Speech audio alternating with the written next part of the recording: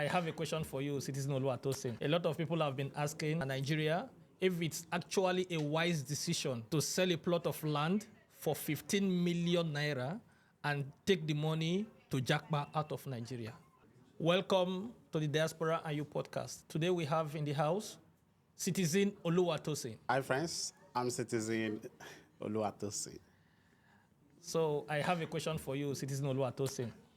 A lot of people have been asking in Nigeria if it's actually a wise decision to sell a plot of land for 15 million naira and take the money to jackpot out of Nigeria. What do you think about that? It actually depends on individual goal and what each person wants for their life, and also the destination they are traveling to. I would advise that before people think of traveling to any country, they should do their research very well about the country they want to travel to, the weather there, the healthcare, the schools, if they have kids. The misconception is that why should someone sell their plot of land for that huge amount of money and travel? But then, what I want out of life is different from what another person wants out of life. Some guys just want security. They just want to live a good life. They just want to be secure. They want to sleep and wake up the next morning not having fear that some guys will barge into their room, or they want to travel. They want their kids to attend good schools. And if they have all this money and, sorry to say, in the location Nigeria they might still live in fear. But so traveling for some guys is a form of securing a good future for their kids. Some other guys to secure their own for career growth. Some other guys just to have another passport, dual citizen. So it depends. So is it a right choice? Yes, it is to some people and to some not. But for me, it is yes, a thumbs up, 100%. Okay. I'm looking at it from a different perspective. You see people selling a plot of land for 15 million naira, okay? And they will take the money, they will acquire a tourist visa to Japan, for example. And maybe this guy in question does not have a skill. He does not have a skill that, okay, for example, I'm a professional automobile technician, okay? I'm a professional automobile technician and I want to move to Japan. So you're sure that, okay, if I get there, there might be opportunities for you. But you see somebody without a skill, because he holds a bachelor's degree in guidance and counseling, or he holds a bachelor's degree in social studies education, he decides to move to Japan after selling a plot of land for 50 million. Now, my question is this. Don't you think it's a better alternative to sell a plot of land for 15 million, take 15 million, go to Japan, bring in goods, and come and sell in Nigeria, rather than just selling, moving over, and living in Japan, and then begin to look for your way? The choice you bring about is a very good one, and then traveling to other country and maybe we're just assuming, but traveling to a country with like 15 million for just a visit visa. Well, that is not a wise decision, and that is why people need to search for information very well. Information rules the world. Information is key. Traveling to a country with visit visa and for that much is too much. And getting all this money to that country, then coming with goods, it depends. If this person have a family, if they are tired of the country, they want to leave. So it depends, but it's actually a good choice, a wise decision, traveling there, come back with goods. But, sometimes, other countries, you take your goods to the country and maybe some custom guy just declare your good contraband. What you will do?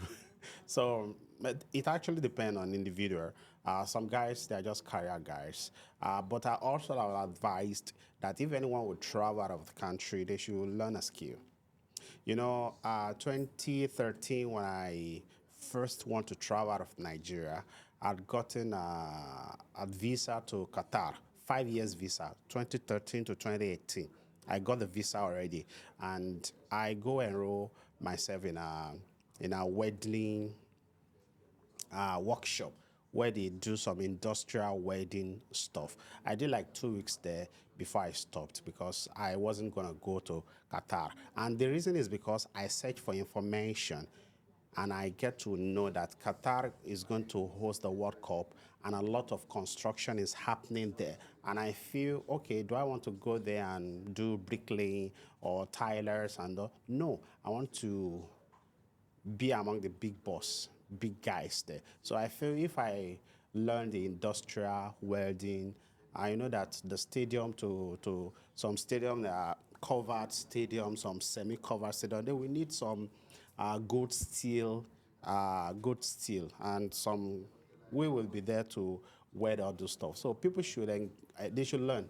Learning this handiwork, unlike before, where you have to go to a workshop to learn for 2 years, 3 years. All those are not there again. You can learn within 2 weeks. You can learn within a month. I learned Ankara bag and shoe within a day. That was 2011. Yeah, but And still, Accra bag and shoe is a skill that you can use in Nigeria, basically. It's not an international skill. But that is, forget about the fabric. It can be Ankara, it can be a leather bag. Yeah. It can, if it's in Nigeria, it's Ankara bag and shoe. Yeah. If I travel to Italy, it's not leather bag and shoe. Yeah, If I but you travel cannot to- learn leather bag and shoe in 2 weeks, just the way you learned Accra bag and shoe in 2 weeks. You at least you have an idea. Yeah. So if there are two guys traveling out of the country and one has learned something, even knowing the elementary of the trade, and the other guy that is a novice, for the other guy that has the elementary, I think if they put the two of them in a factory in Italy, one will function, at the one will have idea that this is this, this is this, this is this. The other one just like The what is other one will be a going on? complete novice. So having an idea is something. As Nigerians, you can build. Having an idea is something. Then you can build on the idea. You can build on the idea as time goes on. So I will advise everyone should get an handy work because everyone should get a handy work. But when you travel out of the country, that is when you know that all this your plumber work, you just call the plumber to come fix your grass outside, you call somebody to come and clear it. If you travel abroad, now you go clear your grass by yourself. Yes, but still, speaking about Qatar, you were talking about traveling to Qatar. And you see, I had some of my friends also back in Nigeria. They sold a plot of land for 6 million. One of my friend, in particular, sold a plot of land for 6 million. He used the 6 million to go to Qatar because he was thinking that during the Qatar World Cup, people are going to be harvesting money like in Qatar, you know? And then when he got there, he was an automobile technician because he heard that a lot of people will be coming in from Dubai, from Bahrain, from Oman, from Saudi. So he was thinking that there's going to be a lot of jobs for automobile technicians in Qatar. But when he got to Qatar, I tell you, that guy struggled and he stayed in Qatar for a long time. He couldn't even find a job in Qatar. Finally, he had to go back to Nigeria after spending 6 million. If he has used 6 million to open a restaurant in Nigeria, don't you think that could have been a better option? Somebody that opened a restaurant of 6 million naira in Lagos, you know, or in Asaba, I think he could have been able to make more money, more than somebody that used a tourist visa and 6 million to buy a tourist visa and a ticket and entered Qatar. And that will now take us to our openings. When I said people travel for different motives. Yeah. So if this person is traveling to exploit other country, Yeah. so it will not matter to them how much they have spent. And then spending 6 million to travel to Qatar is not visible. It's not visible, but then, you know, people fall into wrong hands and they spend a lot of money, but it's not visible. But when people travel also, they should understand that they are not going to make the money overnight. The money they have spent traveling to those countries is an investment. You don't make your investment within even 1 year. So if we travel with the mentality that after 1, 2 years we become very rich, life is not Nollywood. Life is not African magic. Like somebody will just pick their bag from their village, go to Lagos, and within the next December, they are going back home with cars. Life is not like that. Real life is not like that. It's an investment. When you travel out of your country, travel abroad is an investment. You need time. At least the first 6 months, you need time to balance. At least the first 6 months. When I came to Dubai, I had a job already. In my first month, I had a job already.